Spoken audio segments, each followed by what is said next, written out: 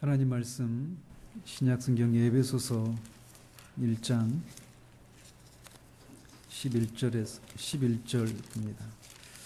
설교할 내용은 11절인데 내용상 14절까지 읽고 11절을 살펴보도록 하겠습니다. 하나님 말씀 받으실 때 자리에서 일어나 주시기 바랍니다. 하나님 말씀 이러합니다. 모든 일을 그의 뜻의 결정대로 일하시는 이의 계획을 따라 우리가 예정을 입어 그 안에서 기업이 되었으니 이는 우리가 그리스도 안에서 전부터 바라던 그의 영광의 찬송이 되게 하려 하심이라. 그 안에서 너희도 진리의 말씀 곧 너희의 구원의 복음을 듣고 그 안에서 또한 믿어 약속의 성령으로 인치심을 받았으니 이는 우리 기업의 보증이 되사 그 얻으신 것을 속량하시고 그의 영광을 찬송하게 하려 하심이라. 아멘.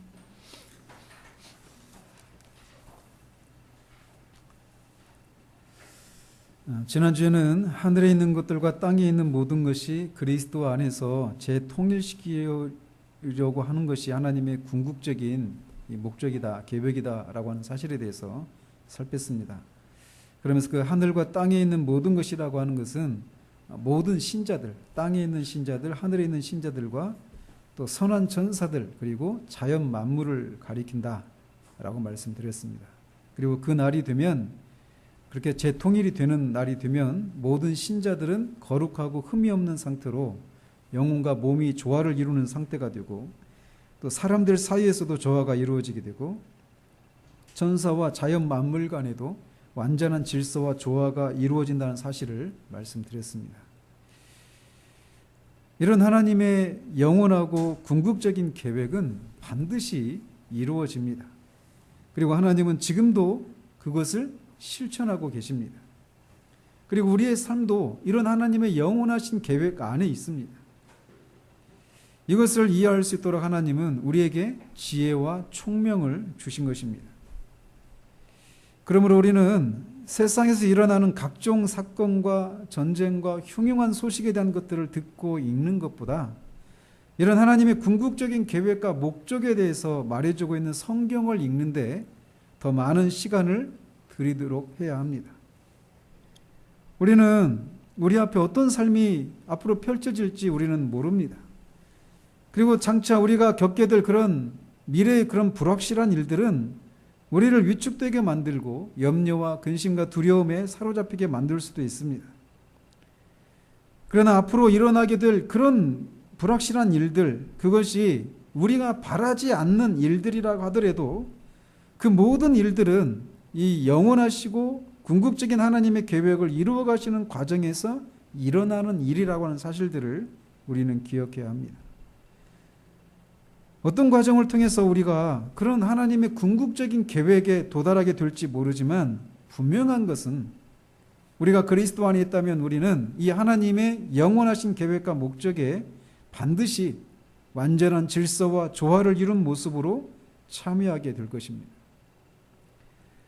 사도는 이렇게 하나님의 영원하시고 궁극적인 계획에 대해서 말한 후에 11절 이하에서 하나님이 이 영원하신 목적을 어떤 방식으로 이루어 나가시는지에 대해서 언급하고 있습니다. 즉 그는 이제 하나님께서 이 영원하시고 궁극적인 계획을 이루시는 구체적인 방식을 언급하기 시작하셔요. 하나님께서 그리스도 안에서 하늘에 있는 것들과 땅에 있는 것들을 재통일시키고자 하시는 이 궁극적인 계획은 세상의 끝이라고 하는 알 수 없는 어떤 막연한 미래에 일어날 일이 아니라 지금 여기 이 시간 세계 속에서 이미 진행되고 있는 일이라고 그는 11절 이하를 통해서 우리에게 밝혀주고 있는 거예요. 그 일의 완성은 주님이 오시는 그 마지막 때에 일어날 일이지만 그 완성될 그 일을 이미 이 땅에서 해오고 계시고 지금도 하고 계시다라는 것입니다. 그 증거가 바로 사도 바울이 이 편지를 이방인인 에베소 교인들에게 쓰고 있다라고 하는 그 사실이에요.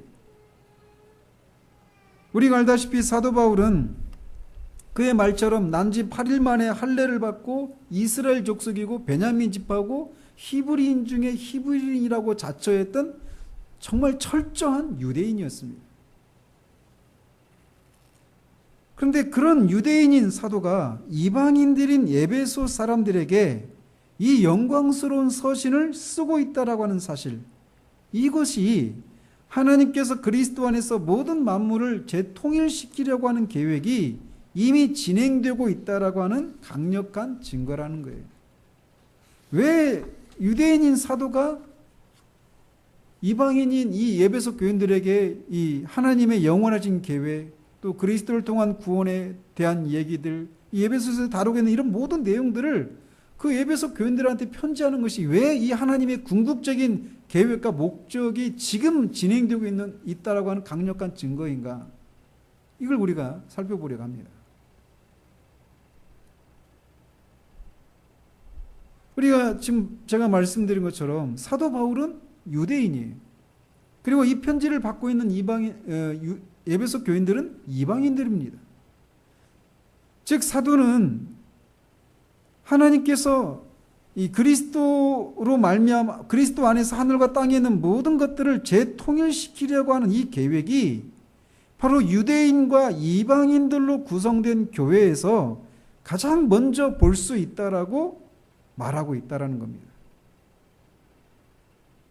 이 에베소서는 교회가 무엇인지, 교회는 어떻게 이루어지는지, 하나님이 이 땅에 교회를 두신 목적이 무엇인지, 또 그것에 따라서 교회의 사명이 무엇인지에 대해서 다른 어떤 서신보다도 많이 다루고 있는 성경이 바로 이 에베소서입니다.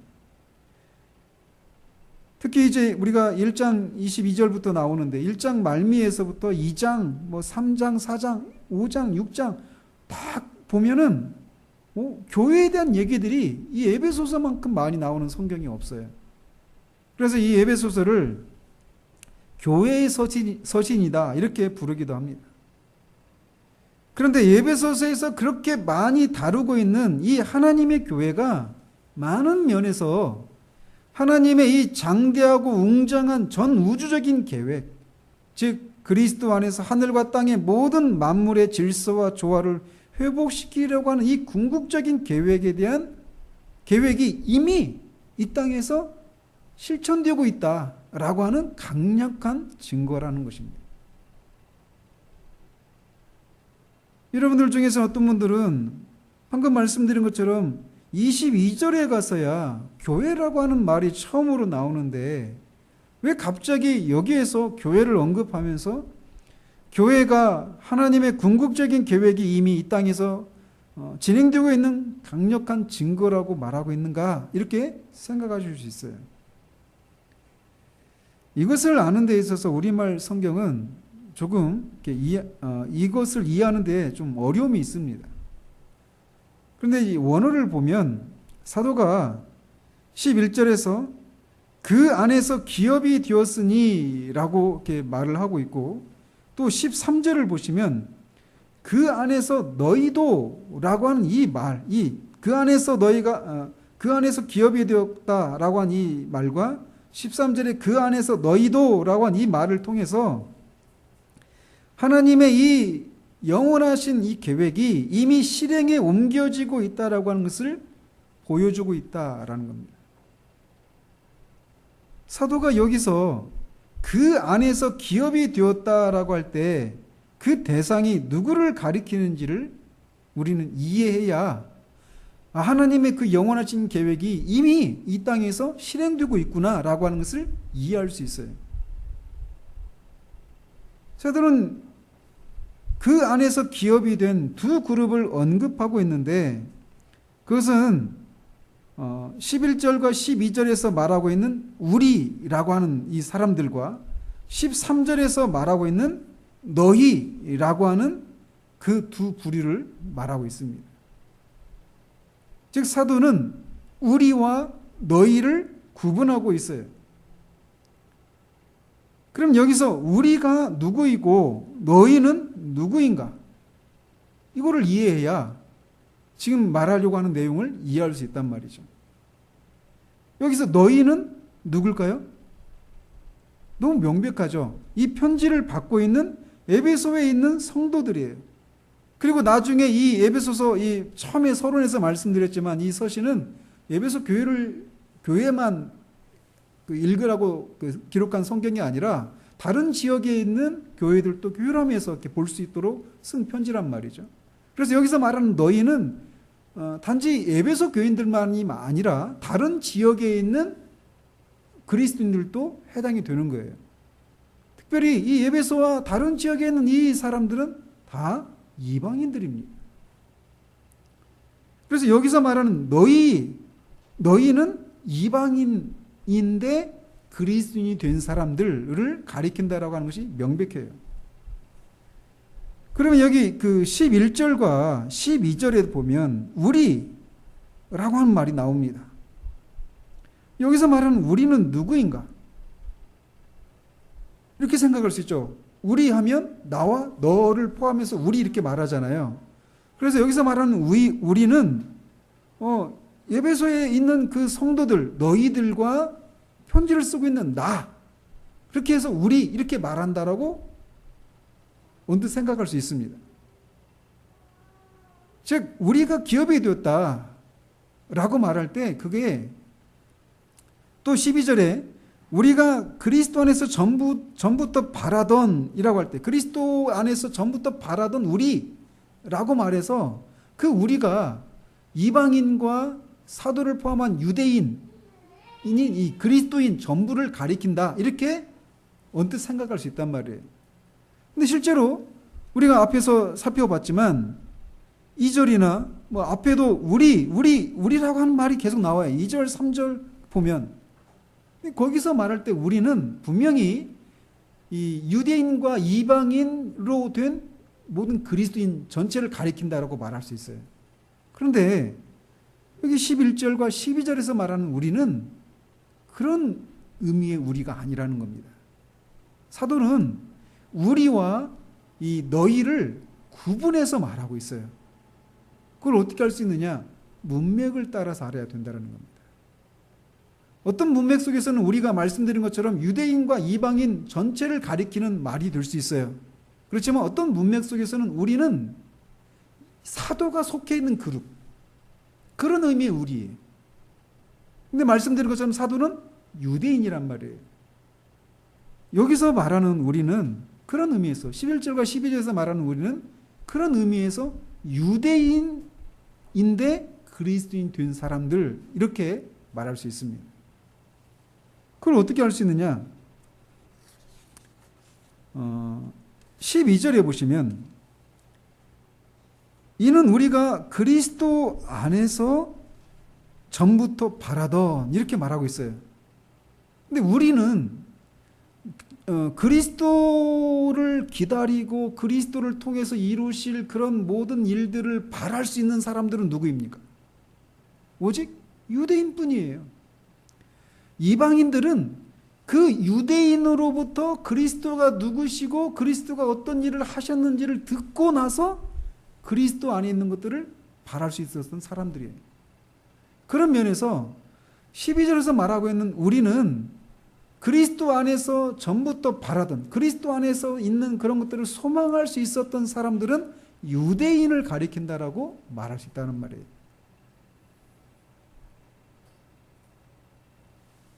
그렇기 때문에 사도는 여기서 우리가 그 안에서 기업이 되었고라고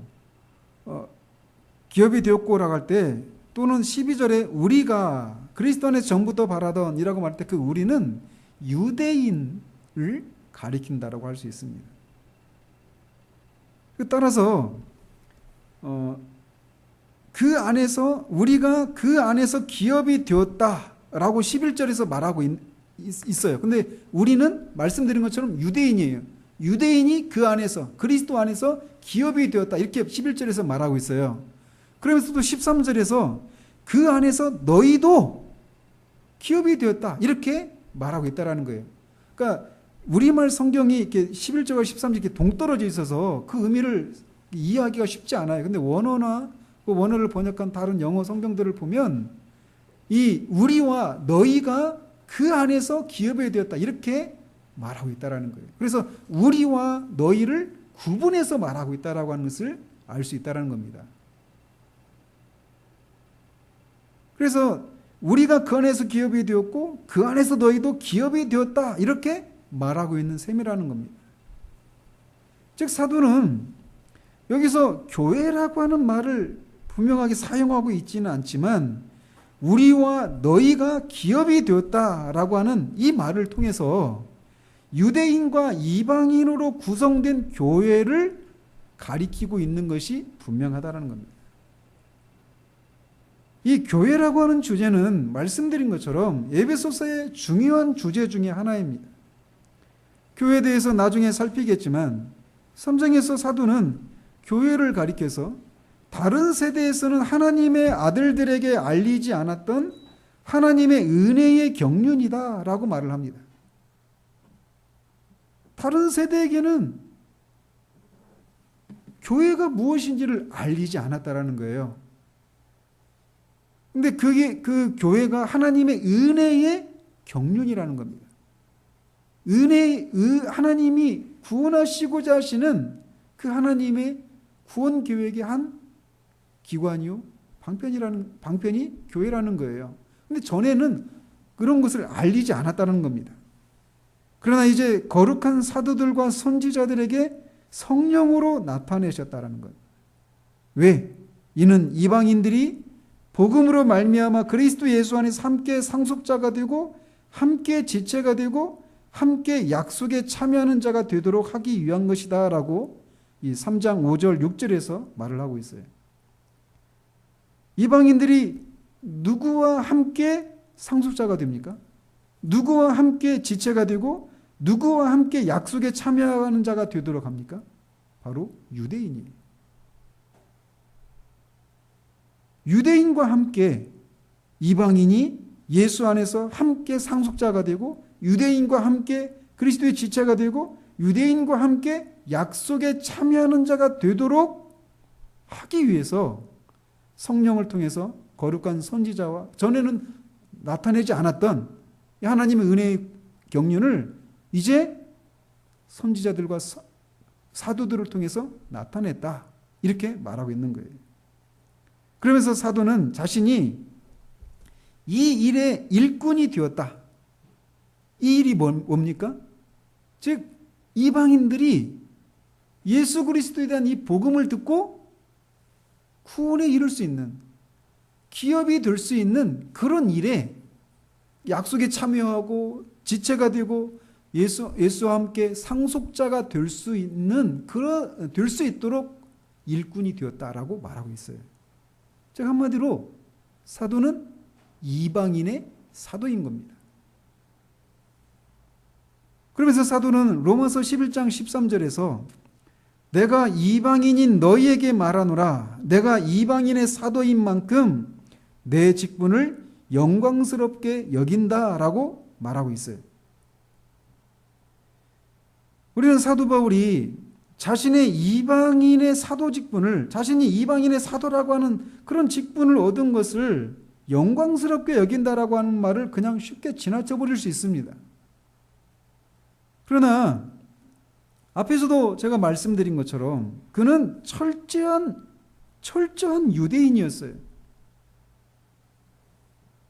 근데 그런 유대인인 사도가 이방인의 사도가 된 것을 영광스럽게 생각한다라고 하는 것은 혁명적인 것입니다. 왜 그럴까요?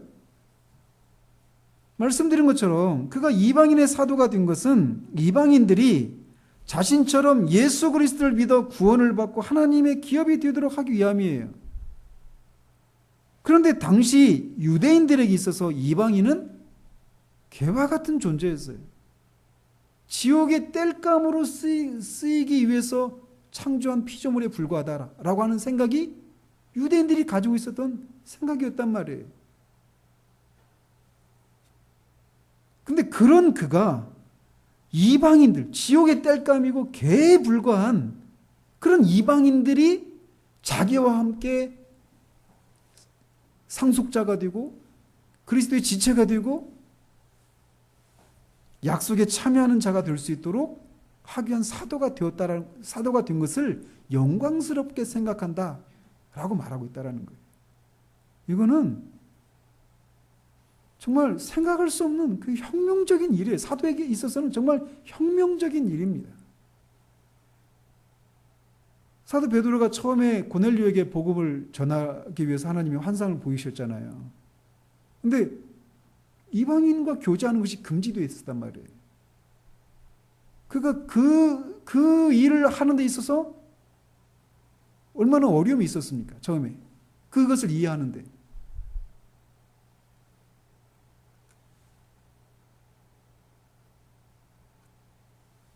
그러면서 그는 자신이 이방인의 사도가 된 것을, 그 직분을 영광스럽게 생각한다라고 말하고, 뿐만 아니라 그 개같이 여겼던, 지옥의 땔감으로 여겼던 그 이방인들을 위해서 갇히고 여러 가지 환난을 받게 된 것을 영광으로 생각한다. 이렇게까지 말하고 있어요. 다른 성경에서 말이에요. 즉 이제 그리스도 안에서 유대인과 이방인이 전에 있었던 적대감, 그런 구별, 이런 것이 없이 하나가 된 것을 말하고 있는 거예요. 전에 있었던 장벽이 무너지고 그리스도 안에서 하나가 된 것입니다. 그게 바로 교회라는 거예요. 그것이 바로 하나님의 지혜요 하나님의 은혜의 경륜이다라고 말하고 있는 것입니다.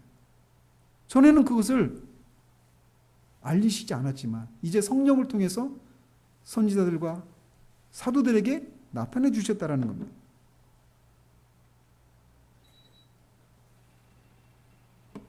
생각해 보세요. 여러분들 요즘 우리나라가 대체적으로 국제 뉴스에 별로 관심이 없거든요. 근데 그 미얀마에 로힝야라고 하는 그런 족속이 있어요. 로힝야라고 하는 그런 소수 민족이 있는데 그 민족들은 이슬람교도예요. 근데 미얀마는 불교 국가입니다. 그래서 이 미얀마 사람들이 이 로힝야라고 하는 이 사람들을 굉장히 하대해요. 그리고 핍박합니다. 그래서 지금 막 30-40만 명의 그 난민이 지금 막 생겨났잖아요. 근데 그래서 이 미얀마 사람들은 이 로힝야라고 하는 이 소수 민족을 정말 지금 막 죽이고 막 그러고 학살하고 있거든, 지금. 아무것도 그냥 진짜 무가치한 그런 사람처럼 여겨요. 그런데 그 미얀마 사람이 이 로힝야 이 소수 민족이 잘 되기를 위해서, 그 사람들을 위해서, 그렇게 무시하고 철저히 핍박했던 그 사람들을 위해서 자기가 그들을 위한 어떤 그 대변자가 되었다. 이런 것을 뛰어넘는 것이 유대인과 이방인 사이에 있었던 적대감이에요. 근데 사도가 자신이 이방인의 사도가 된 것을 영광스럽게 생각한다. 그리고 그 이방인들을 위해서 환난을 받고 고난받는 것을 영광스럽게 생각한다라고 말하고 있다는 거예요. 저나 여러분이나 교회가 무엇인지를 알아야 합니다. 나중에 지금 언급한 내용들 이제 그 하나하나를 살피겠지만, 교회는 하늘에 있는 통치자들과 권세들에게 하나님의 각종 지혜를 알게 하기 위한 것이고 만물을 충만하게 하시는 이의 충만함입니다.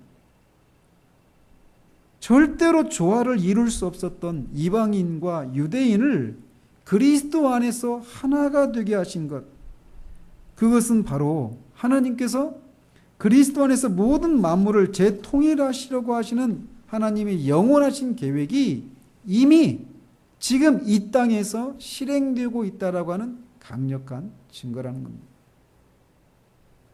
세상은 수많은 이유들로 인해서 사람들과 사람들 사이에, 나라와 나라들 사이에 갈등과 불화가 존재하고 하나가 되지 못해 있습니다. 우리나라의 현실만 보십시오.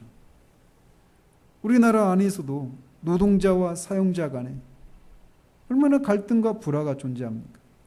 여당 지지자와 야당 지지자 사이에, 경상도와 전라도 사이에, 노년층과 젊은이들 사이에, 남자와 여자 사이에, 가진 자와 못 가진 자 사이에, 부부 사이에, 또 서로 다른 이념을 가진 사람들 사이에 이 밖에도 수많은 이유들로 인해서 우리나라 안에서도 우리는 수많은 갈등과 분열과 불화한 그런 모습을 발견하고 있어요. 이런 현실들이 있기 때문에 이런 현실을 극복하기 위해서 다양한 노력들을 하죠. 부부 상담을 한다든지, 노사정 위원회를 결성해서 서로를 이해하기 위한 토론을 한다든지, 지역 화합을 위한 각종 행사를 한다든지, 양극단에 속한 그 정치 그룹을 아우르는 새로운 정치 집단을 결성한다든지, 이런 노력들을 하죠. 하나 되기 위한 노력들을. 이거를 좀 더 확대하면 유엔과 같은 그런 조직이 그런 국가 간에 있는 갈등과 그런 불화를 하나 되게 하기 위한, 조정하기 위한 그런 질서와 조화를 이루기 위한 그런 시도라고 할 수 있단 말이죠. 그러나 우리는 지금까지 이런 노력들이 계속해서 실패해 왔다라고 하는 것을 인정하지 않을 수 없습니다. 그런데 하나님이 서로 적대적인 그룹을 하나가 되어서 서로 조화를 이루도록 하기 위해서 취하신 방식이 바로 이렇게 그들을 그리스도인이 되도록 하시는 것이라는 거예요. 서로 적대적인 그룹의 대표적인 그룹이 있다면 유대인과 이방인이라고 할 수 있어요. 그런데 그들을, 이 적대적인 이 이방인과 유대인들을 그리스도 안에서 하나가 되게 하셔서 전 우주를 그리스도 안에서 재통일시키려는 일을 하신다라는 거예요. 즉 바울은 우리에게 기독교가 무엇인지, 교회가 무엇인지, 그리스도인이 어떤 사람들인지를 말해주고 있는 거예요. 적대적인 유대인과 이방인이 서로 화해를 이루고 하나가 될 수 있는 것은 그들이 함께 그리스도 안에 있을 때만 가능합니다. 어느 한쪽만 그리스도 안에 속해서는 하나가 될 수 없어요. 둘 모두 그리스도 안에 속해 있을 때 둘이 하나가 되는 거예요. 즉 둘 모두가 그리스도인이 되어야만 하나가 될 수 있다라는 것입니다. 즉 그들이 그리스도와 새로운 관계를 맺을 때 그들이 그리스도 안에 있게 되고 그리스도인이 되어서 서로 하나가 될 수 있다라는 것입니다. 그가 기독교 국가에 태어났는지, 그가 그리스도인 부모 밑에서 태어났는지, 그가 교회에 다니는지가 중요한 것이 아니라 그가 그리스도와 관계를 맺고 그리스도 안에 속했는가가 그를 그리스도인이 되게 하는 거예요. 세상이 그들 안에 있는 여러 가지 갈등과 불화를 해결하려고 하는 시도가 늘 실패할 수밖에 없었던 것은 유일한 해결책인 하나님의 방법, 즉 서로가 그리스도와 새로운 관계를 맺어서 그리스도인이 되는 방식을 취하지 않았기 때문이라는 겁니다. 앞에서도 언급했지만 유대인만 이방인을 개로 취급했던 것이 아니에요. 이방인, 특별히 이 헬라인들은 자신을 제외한 다른 모든 민족을 미개인, 야만인으로 생각했습니다. 헬라인들은 철학을 했던 민족이에요. 소크라테스나 플라톤이나 아리스토텔레스와 같은 이런 철학자들을 배출한 민족이 헬라인이잖아요. 그래서 그들은 그런 철학을 통해서 이 세상의 존재의 원인이 무엇이고 존재의 목적이 무엇인지, 어떻게 사는 것이 가장 이상적인 삶인지, 어떤 사회가 가장 이상적인 나라인지 국가인지 이런 것들을 궁구했던 사람들이 헬라인들이었어요. 철학을 통해서 말이죠. 그런 그들이 볼 때 그런 철학을 하지 않는, 그런 지혜를 가지지 못한 다른 민족들은 다 미개인이었어요. 야만인이었습니다. 그래서 이 헬라인은 유대인, 자신을 제외한 다른 사람들을, 또 유대인은 자신을 제외한 다른 사람들을 다 그렇게 적대하고 무시하고 멸시하는 그런 관계였어요. 그런데 그 두 그룹이 하나가 될 수 있도록 그들을 그리스도인이 되게 만드는 방식을 통해 그들을 하나가 되게 하셨다라는 겁니다. 그리고 그것이 드러나 있는 현장이 교회라는 거예요. 그래서 교회가 존재한다. 그래서 교회 안에 이방인과 유대인이 서로 하나가 되어 있는 그 모습이 바로 하나님이 궁극적으로 그리스도 안에서 모든 만물을 재통일시키려고 하시는 이 일이 이미 실행되고 있다라고 하는 강력한 증거라는 겁니다.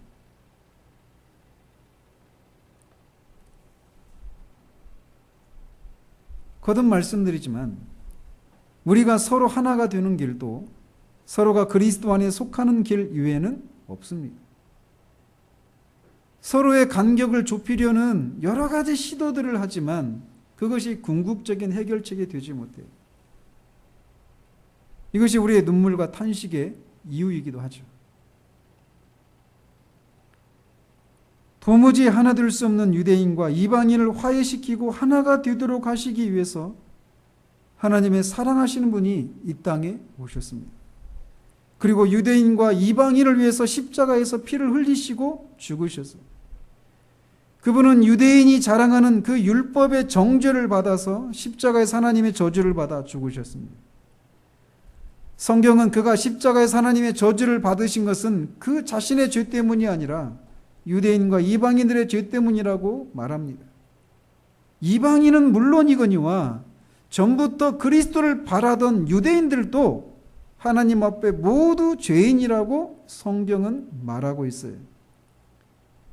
율법을 소유했던 유대인들도 바로 그 율법에 의해서 죄인이다라고 정죄를 받고 있다라고 성경이 말하고 있습니다. 즉 성경은 말하기를 의인은 하나도 없다라고 말하고 있어요. 모든 사람이 죄인이다라고 성경이 말하고 있다는 겁니다. 이 성경의 판단에 자신을 복종시키지 않는 한 우리는 나는 저 사람보다 이런저런 면에서 나아, 저 사람은 이런저런 면에서 나보다 못해 라고 한 이 생각을 인해서 끊임없이 하나 되지 못하고 갈등과 분열과 불화를 만들어내게 된다는 거예요. 그런데 하나님은 그런 차이들을 그리스도 안에서 없애버리시는 방식으로 하나가 되게 하신다는 것입니다.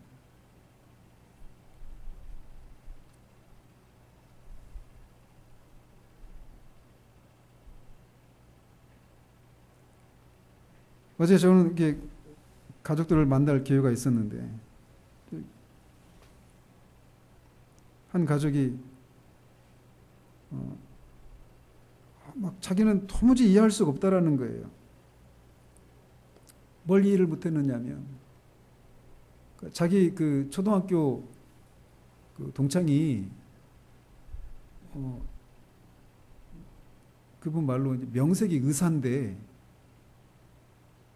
어떻게 기독교인이 어떻게 그렇게 막 그 파시스트 극우적인 그런 생각을 하는가 도무지 이해할 수가 없다라는 거예요. 특별히 동성애자들에 대해서.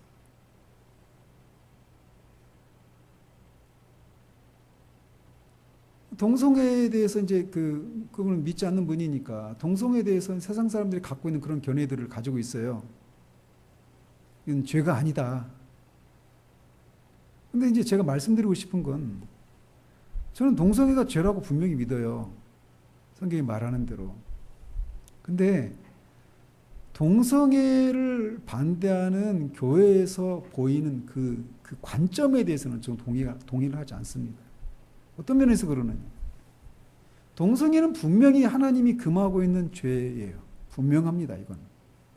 그런데 동성애를 하지 않는 사람들은 죄인이 아닙니까?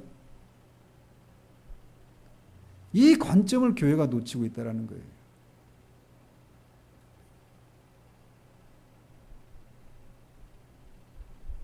동성애를 하는 사람은 죄인이에요. 그러나 동성애를 하지 않는 사람도 죄인이라고 성경이 말하고 있다는 거예요. 간음을 행하고 살인을 하는 사람은 분명히 죄인입니다. 그러나 간음을 행하지 않고 살인을 하지 않은 사람도 죄인이라고 성경이 말하고 있어요. 죄인이 아닌 사람은 하나도 없습니다. 그리고 죄인은 하나님으로부터 심판을 받는다라고 성경이 말해요. 아직 그 영원한 심판이 우리에게 집행되지는 않았지만 모든 사람은 하나님의 심판을 받아 그분의 진노 아래에 있다라는 겁니다. 동성애자든 동성애자가 아니든 간음을 행한 자든 간음을 하지 않은 사람이든 누구를 막론하고 다 하나님의 심판 아래에 있는 죄인이라고 성경이 말을 해요. 그리고 더욱 절망스러운 것은 그 상태로부터 스스로 벗어날 수 있는 사람도 아무도 없다라는 것입니다. 모든 사람은 하나님의 저주 아래 있고 그 저주의 상태에서 벗어날 수 있는 사람도 아무도 없다라는 것입니다. 이것이 모든 인간이 처한 비참한 처지라는 거예요. 그 사람이 겉으로는 매우 학식이 깊고 교양과 인격적으로 수양된 사람일 수 있습니다. 그러나 겉으로 드러난 모습은 사람 보기에 그리고 자신이 보기에는 괜찮은 사람으로 보일지라도 마음의 중심을 보시는 하나님 앞에 그분의 심판을 피할 수 있는 사람은 아무도 없다라는 것입니다. 따라서 아무도 자랑할 수 없어요. 내가 동성애를 하지 않는 사람이라고 하는 것을 자랑할 수가 없습니다. 동성애를 하는 사람보다 내가 결코 낫지 못하다라고 말할 수가 없어요. 내가 간음과 살인을 하지 않았다고 해서 그것을 범한 사람보다 나은 것이 없습니다. 많은 교육을 받고 높은 지위에 오른 사람이나 교육을 받지 못하고 매우 낮은 지위에 있는 사람이나 하나님 보시기에는 모두 죄인으로 피차가 동일한 위치에 있다라는 거예요. 그런데 사람들 보기에는 이런 차이들로 인해서 서로 분열이 일어나네요. 나는 너보다 더 많이 배웠다. 나는 너보다 더 부자다. 나는 너보다 더 권력을 높은 지위에 올라 있다. 그런 차이들 때문에 서로 하나가 되지 못하는 거예요. 그렇지만 하나님 보시기에 이런 차이는 아무런 의미가 없다라는 겁니다. 땅에서 바라볼 때야 160밖에 안 되는 제가 키가 180이 되는 사람보다 작은 사람이죠. 땅에서 볼 때는 180은 땅으로부터 올라간 높이가 180이잖아요. 그죠? 제가 160인 이유는 땅에서부터 재서 160cm 위까지 올라간 거를 잰 거잖아요. 그죠? 하늘에서 재면 어떨까요? 하늘에서부터 내려간 길이를 재면 그 20cm의 차이가 무슨 의미가 있을까요? 마찬가지로 율법을 소유하고 그리스도에 대한 지식이 있어서 그리스도를 바랄 수 있었던 유대인이나 율법도 없고 그리스도에 대한 지식이 없어서 아무런 소망이 없던 이방인이나 하나님 앞에서 아무런 소망이 없기는 매한 가지라는 거예요. 그런데 유대인들이 이것을 깨닫지 못하니까 우리는 율법을 가졌지만 너희들은 율법도 없다. 우리는 하나님에 대한 약속을 가지고 있지만 너희들은 하나님에 대한 약속도 없다. 너희들은 개이고 지옥의 땔감에 불과하다. 이런 차이들이 하나가 되지 못하게 만드는 거예요. 그런데 하나님 보실 때 율법을 가진 유대인이나 율법이 없는 이방인이나 이걸 우리 시대로 말한다면 많이 배운 사람이나 배우지 못한 사람이나 어떤 지역 사람이든지 어떤 사회적인 지위에 오른 사람이든지 하나님 보실 때 다 죄인이라는 거예요. 우리는 끊임없이 나는 저 사람보다 이것이 낫고 저것이 못하고 이런 차이들이 있잖아요. 그래서 그런 차이들 때문에 하나가 되지 못하는 거예요. 근데 하나님 보실 때는 모두가 하나님의 심판 아래 있는 죄인이라는 거예요. 아무것도 자랑할 수가 없다라는 것입니다. 그리고 그 상태에서 스스로 벗어날 수가 없다라는 거예요. 그들이 다른 사람보다 나는 이것이 나아라고 하는 그들이 붙들고 있는 그 어떤 것으로도 그 상태에서 그를 벗어나게 할 수 있는 것이 없다라는 것입니다. 이것이 모든 인간이 처한 상황이라는 거예요.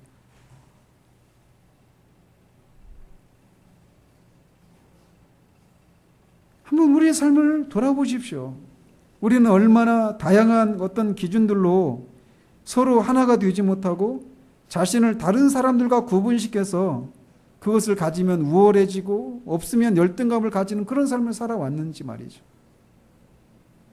그리고 이런 차이를 만들어내기 위해서 우리의 전 생애를 쏟아붓습니다. 좀 더 크기 위해서, 좀 더 많이 배워서 높은 지위와 좋은 직장을 얻고 좀 더 좋은 집과 좋은 차와 안락한 삶을 살기 위해서 우리 전생을 쏟아요. 좀 더 예뻐지기 위해서, 좀 더 강해지기 위해서. 돌아보면 우리 한 사람 한 사람의 삶의 개인, 우리 한 사람 한 사람의 그 삶도 그렇고 이 세상의 원리가 이런 것 때문에 작동을 하는 거예요. 지금보다 내가 더 나은 그 무엇을 가져서 다른 사람들과 차이를 만들어서 내가 좀 더 나은 사람이 되려고 하는 그 생각이 우리 개인의 삶을 움직이고 이 세상이 그 원리에 따라 돌아가는 거예요. 그래서 그런 차이들 때문에 무엇인가 다른 사람보다 얻으면 우월해지고 없으면 열등감을 느끼는 거예요. 그런 우월감과 열등감을 가지고 있는 사람이 하나가 될 수 있다? 절대로 될 수가 없습니다. 그러나 하나님의 관점에서 보면 모두가 죄인이라는 거예요. 모두가 여기서 스스로 벗어날 수 있는 사람이 아무도 없다라는 거예요. 그들이 자랑하는 그 무엇으로도 그 차이를 만들어냈던 그 무엇으로도 자신의 그 비참한 무능한 상태에서 건져낼 수 있는 것이 없다라는 것입니다.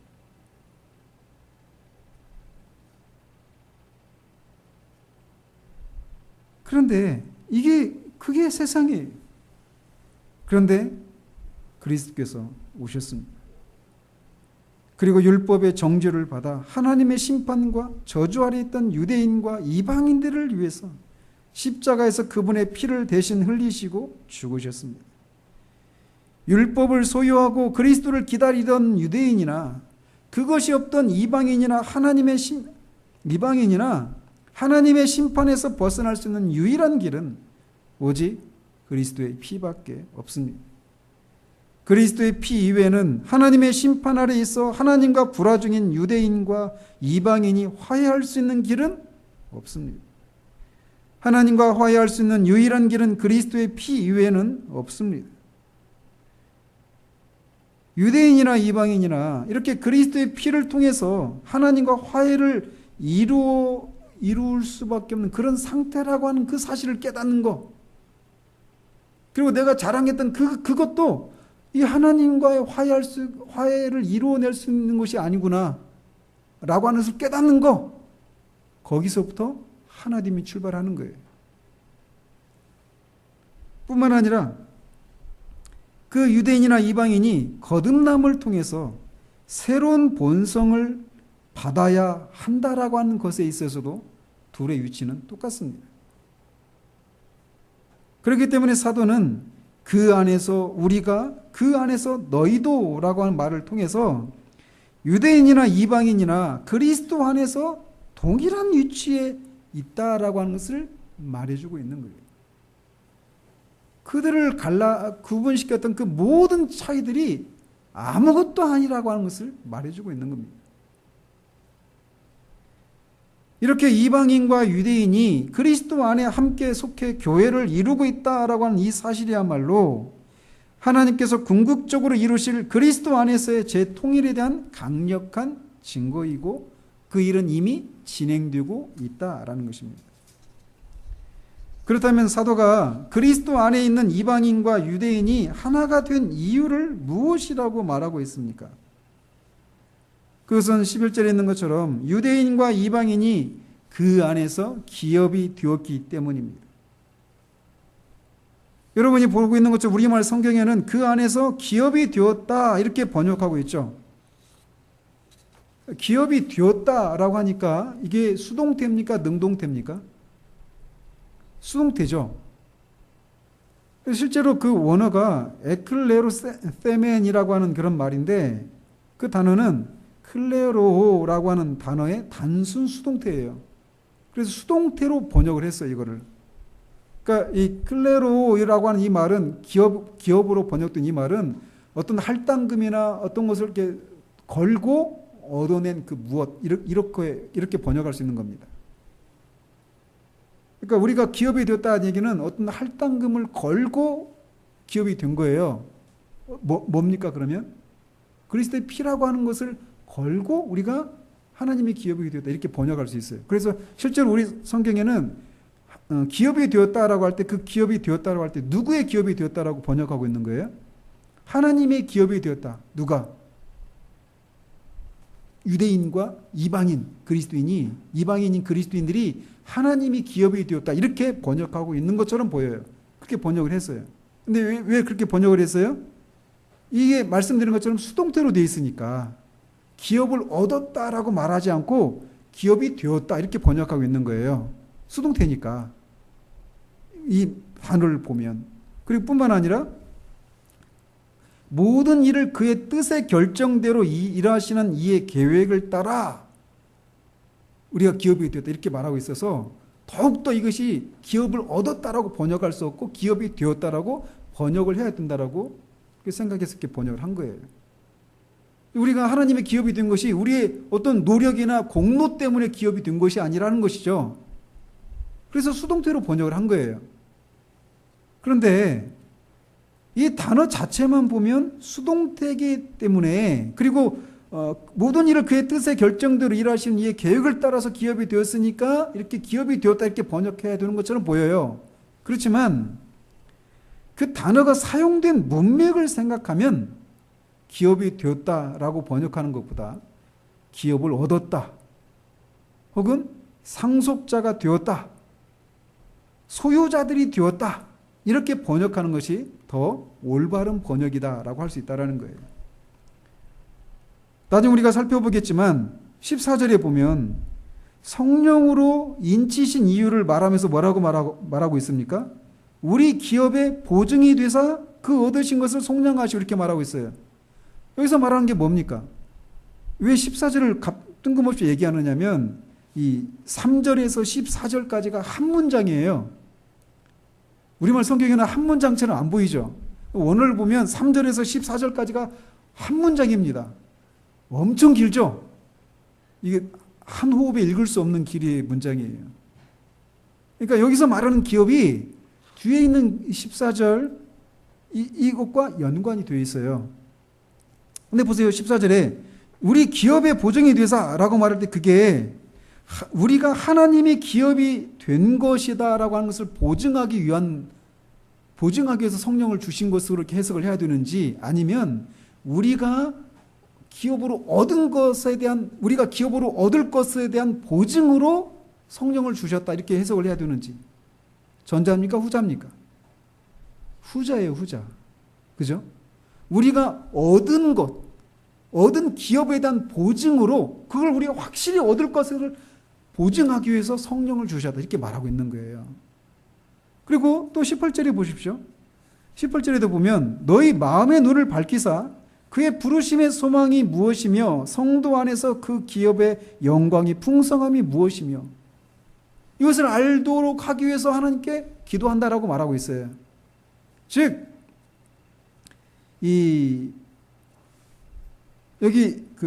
그래서 이 전체적인 문맥을 보면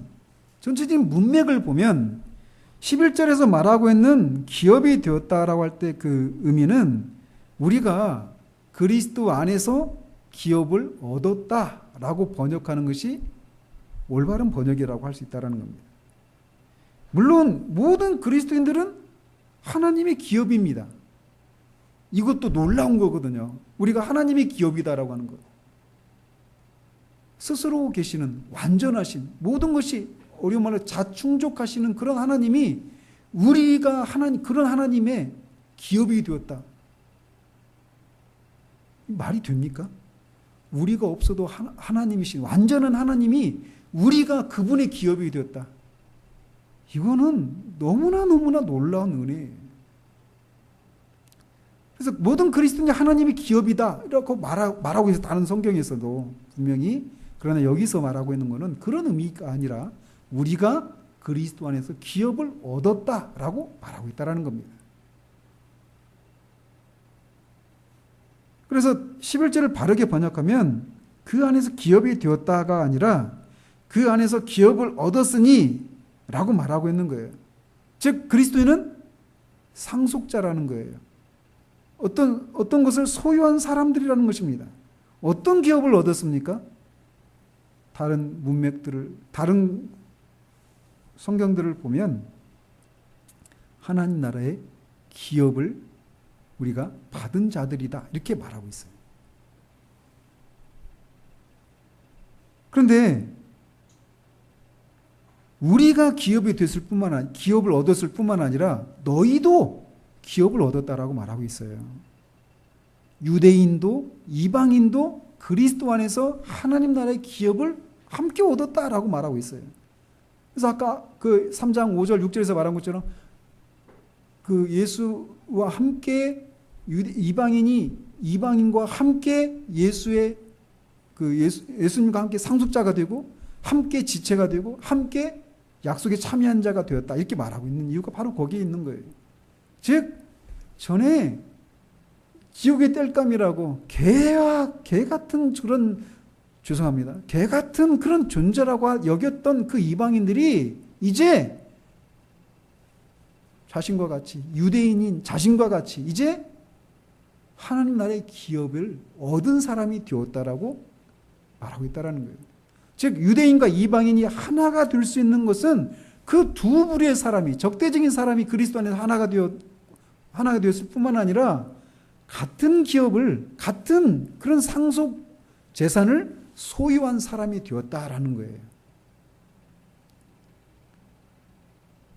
그래서 2장 12절, 13절, 19절에서 이렇게 말하고 있는 겁니다. 그때 너희는 그리스도 밖에 있었고 이스라엘 나라 밖에 사람이라 약속의 언약들에 대하여는 외인이요 세상에서 소망이 없고 하나님 없는 자이더니 이제는 전에 멀리 있던 너희가 그리스도 예수 안에서 그리스도의 피로 가까워졌느니라. 그러므로 이제부터 너희는 외인도 아니요 나그네도 아니요 오직 성도들과 동일한 시민이요 하나님의 권속이라. 이제 그리스도 안에 있는 이방인은 유대인과 함께 약속에 참여하는 자들이고 성도들과 동일한 시민이고 하나님의 권속이 되었다라고 말하고 있어요. 이제 그리스도의 피로 말미암아 그리스도 안에 있는 유대인과 이방인은 하나님 나라의 기업을 소유한 사람들입니다. 그들은 동일한 방법으로 그리스도 안에 속했어요. 즉 그리스도의 피로 그리스도 안에 속하게 되었고 동일한 기업을 소유하게 되었다라는 겁니다. 그래서 하나가 될 수 있었다라는 거예요. 서로 같은 하나님 나라의 기업을 상속받을 상속자들이 되었기 때문에 하나가 될 수 있다라는 겁니다. 더군다나 사도는 다른 곳에서 유대인과 이방인들이 같은 기업을 물려받을 상속자가 되었을 뿐만 아니라 그리스도와 함께한 상속자가 되었다라고 말하고 있습니다. 로마서 8장 17절에 자녀이면 또한 상속자 곧 하나님의 상속자요 그리스도와 함께한 상속자니 우리가 그와 함께 영광을 받기 위하여 고난도 함께 받아야 할 것이니라 이렇게 말하고 있습니다. 유대인과 이방인이 그리스도로 말미암아서 하나님과 가까이 되었고 화해를 이루고 하나님과 화해를 이루게 되었고 그리스도로 말미암아서 그리스도와 함께 하나님의 상속자가 되었다라고 말하고 있어요. 그리스도와 함께 상속자가 되었다라고 하는 말은 그리스도가 받으신 것을 우리들도 받게 되었다라고 하는 것을 의미합니다. 그리스도는 지금 하늘에 계신 하나님 보좌 우편에 앉아 계셔요. 따라서 그리스도와 함께 상속자가 된 그리스도인들도 이제 그와 함께 하늘에 앉혀져 있습니다. 에베소서 2장 6절에서 말하고 있는 게 그거예요. 그리스도가 누리시는 그 모든 영광이 이방인들과 유대인으로 구성된 그리스도인들에게 다 해당이 된다라는 거예요. 그들이 하나님 나라의 기업을 받은 그런 상속자가 되었는데 그리스도와 함께 상속자가 되었다라는 거예요. 그래서 그리스도가 누리시는 그 모든 하나님 나라의 유업을 영광을 그리스도인들도 누리게 되었다라고 사도가 말하고 있다라는 겁니다. 그리스도는 이 땅에서 시험을 받으셨어요. 그러나 이제는 모든 시험을 받지 않으시는 시험에서 완전히 자유로운 그런 상태 가운데 계십니다. 그런 것처럼 우리도 모든 시험으로부터 자유로운 그 영광에 동참하게 될 거라는 거예요. 그리스도가 지금 하나님 보좌 우편에서 이 세상에서 하실 모든 일들을 다 이루시고 쉬고 계십니다. 그런 것처럼 우리도 장차 그와 함께 영원한 안식을 누리게 될 거라는 거예요. 그가 하나님 보좌 우편에서 왕노릇하고 계셔요. 그런 것처럼 우리도 그리스도와 함께 왕노릇하게 될 거라는 겁니다. 장차 그가 산자와 죽은 자를 심판하시기 위해서 이 세상에 오십니다. 그런 것처럼 우리 그리스도인들도 세상을 심판하고 천사들을 심판할 그 영광에 참여하게 될 거라고 성경이 말하고 있는 거예요. 그리스도에게 일어난 모든 일들, 그리스도가 누리시고 계신 그 모든 영광이 모든 그리스도인들에게 해당이 된다라는 거예요. 지금 우리들의 모습을 보면 그걸 생각할 수가 없죠. 그리스도 안에서 그리스도와 함께 상속자가 된 사람들은 그리스도와 함께 영광을 받게 될 겁니다. 그러나 이 땅에 있는 동안은 그리스도가 이 땅에 계시는 동안 고난을 받으셨던 것처럼 그리스도를 위한 고난을 우리 육체에 채워야 돼요.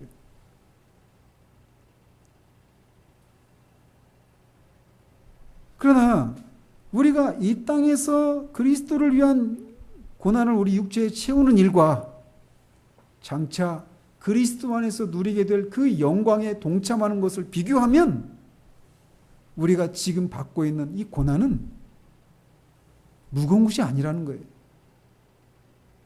이것이 그리스도인이 이 땅을 살아갈 수 있는, 그리스도를 위한 삶을 살아갈 수 있는 원리입니다.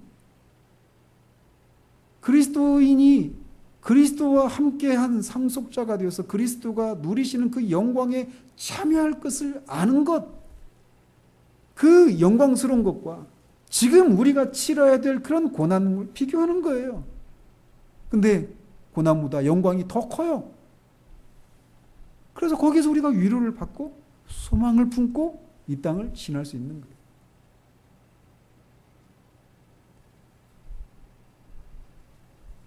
다시 말씀을 정리하면 여러분이 그리스도 안에 있어서 교회에 속해 있다면 여러분은 하나님께서 그리스도 안에서 모든 만물을 재통일시키시려는 이 영원하시고 궁극적인 계획에 이미 포함된 사람들이라는 사실들을 아십시오. 이미 여러분은 그리스도께서 누리시는 영광을 상속할 상속자들이 되었습니다. 그러니 이 땅에서 그리스도의 남은 고난을 여러분의 육체의 체육에 당하고 있는 그런 현실들을 인해서 복음을 부끄러워하지 마십시오. 우리 앞에 이 영광이 기다리고 있습니다. 우리는 그리스도 안에서 이 하나님 나라의 기업을 얻은 사람들이에요. 그 시각으로 우리를 바라보십시다. 그 시각으로 세상을 바라보십시다. 다른 사람들과 더 많은 차이들을 만들기 위해서 자신의 전생애를 허비하는 사람들은 그냥 그렇게 살게 내버려 두십시오. 그건 우리의 일이 아닙니다. 그런 차이들 때문에 하나 되지 못하게 만드는 그런 것에서 우리를 그리스도를 통해서 건지시고 교회에 우리를 접붙이셔서 하나님이 이 이루시고자 하시는 이 궁극적인 이 계획, 목적이 이미 시작되었다라고 하는 것이 바로 우리들이 그리스도로 말미암아서 교회의 일원이 되었다라고 하는 증거라는 거예요. 우리는 이 세상에서 그것을 증거하고 있는 사람들이어야 돼요. 그래서 나중에 교회에 대해서 살피면서 계속 얘기하는 거 뭡니까? 하나됨을 힘써 지키라고 얘기하는 거예요. 하나됨. 주님이 마지막 대제사장의 기도를 하시면서 아버지 이들을 우리 아버지와 내가 하나 된 것처럼 이들을 하나 되게 하시옵소서. 하나 되게 하시옵소서. 왜요? 그 교회, 이 땅에 있는 교회가 하나 되어지는 이 모습은 장차 하나님이 영원한 그리스도 안에서 그 우주의 그 모든 것들을 그리스도 안에서 재통일시켜서 하나 되어 있는 조화를, 질서를 이룬 그것에 대한 작은 샘플들이기 때문에 그래요.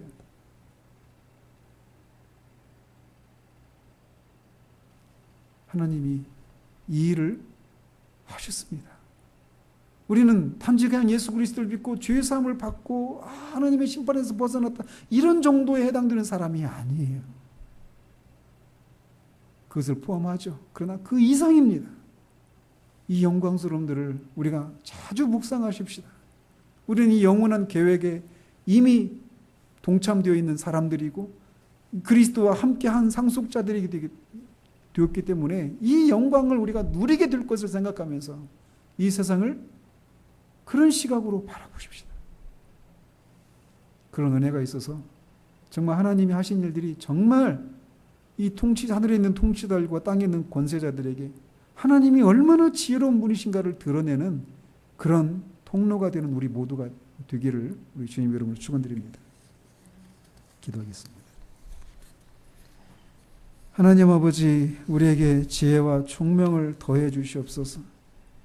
우리에게 지혜와 계시의 정신을 더해 주셔서 정말 하나님께서 교회라고 하는 것을 통해서 도무지 하나 될 수 없었던 이 유대인과 이방인들을 하나 되게 하시는, 그리고 그들을 그리스도와 함께한 상속자가 되게 하시는 그것을 통하여서 하나님이 궁극적으로 그리스도 안에서 모든 만물을 재통일시키시려고 하시는 이 일들이 이미 진행되고 있다라는 사실들을 증거하고 있다라고 하는 이 내용들을 아는 지식에서 우리가 더욱더 분명해지고 더 풍성해질 수 있기를 소원합니다. 그 진리가 이 땅을 살아가는 우리의 삶에 구체적으로 적용되어질 수 있도록 주님 도와주시옵소서. 우리도 모르게 얼마나 내가 다른 사람들과